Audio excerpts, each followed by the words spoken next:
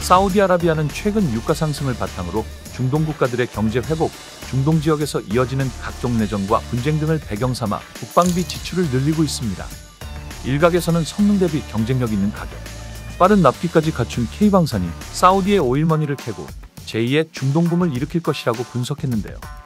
실제로 지난해 대규모 수주 계약이 잇따라 체결돼 한국 방산 수출 금액은 역대 최대치인 173억 달러, 약 23조 원을 기록한 바 2032년에는 전 세계 국방 예산이 2조 5천억 달러, 약 3,372조 원으로 늘어날 것으로 전망되는 가운데 K방산은 3천조 시장을 누비며 전례 없는 르네상스를 맞이할 전망입니다.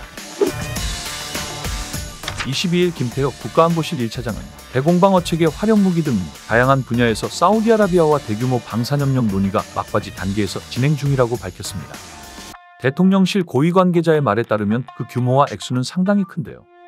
앞서 무함마드 빈 살만 왕세자는 지난해 11월 방한 당시에도 천궁2 미사일 체계에 관심을 보인 바 그간 예멘 후티 반군으로부터 탄도미사일과 드론 공격을 받아온 사우디는 요격무기가 절실한 상황인데요.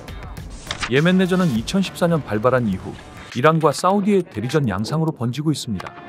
지난해 예멘 반군으로부터 아람코 석유시설에 대한 대규모 무인기 공격을 받았을 때 사우디는 미국으로부터 아무런 군사적 도움을 받지 못했는데요. 안보를 미국에 의지하던 빈 살만은 이때부터 자주국방의 필요성을 절감했다고 전해집니다. 최근 하마스의 이스라엘 기습 공격으로 중동의 전후는 확산 고조되고 있죠. K방산이 억만장자 빈 살만의 마음을 사로잡을 여건은 조성되었습니다. 지난 6월 사우디군 총참모부 등 대표단은 우리 공군미사일 방어사령부와 예하 천궁부대를 방문했습니다. 지난 4월에는 사우디군이 한화가 개발한 차세대 다연장 로켓 천무를 도입해 운영 중인 사실이 당국 국방부 영상을 통해 공개되기도 했는데요. 해당 계약 규모는 30억 리알, 약 9,880억 원인 것으로 전해졌습니다. 최근 사우디는 방산 지출을 크게 늘리고 있다는 전언입니다. 국방기술진흥연구소가 펴낸 2022 세계 방산시장 연감에서 2021년 중동의 국방비 지출은 약 1,860억 달러로 전 세계의 국방비 지출 중 8.8%를 차지했는데요. 2012년에서 16년 대비 2017년에서 21년 무기거래가 증가한 지역은 유럽과 중동뿐이었습니다. 또 2021년 국내 총생산 대비 국방비 비중이 높은 10개국 중 6개국이 중동 국가였는데요. 오만이 GDP의 7.3%를 국방비로 지출해 그 비율이 전 세계에서 가장 높았고 쿠웨이트, 사우디, 이스라엘, 요르단, 카타르 등의 순이었습니다. 특히 향후 10년간 사우디의 무기체계 획득 규모는 1,400억 달러로 예상되는데요.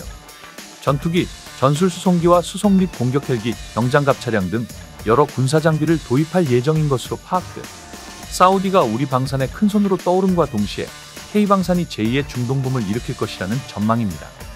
한편 천궁2는 지난해 1월 35억 달러, 약 4조 원 규모로 아랍에미리트의 수출 계약이 체결됐는데요.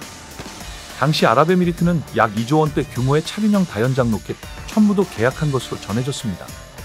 한국판 패트리엇으로 불리는 천궁2는 적항공기와 탄도미사일 격추를 위해 국내 기술로 개발된 중거리 유도무기로 최대 요격고도는 15km인데요.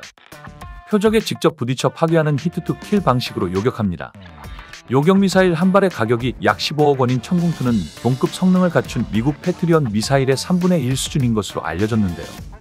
천궁은 공군주력 지대공 유도무기로 쓰이는 미국산 호크를 대체하기 위해 개발됐습니다. 천궁2는 국방과학연구소 주도로 LIGNX1이 개발, 생산을 맡고 있습니다.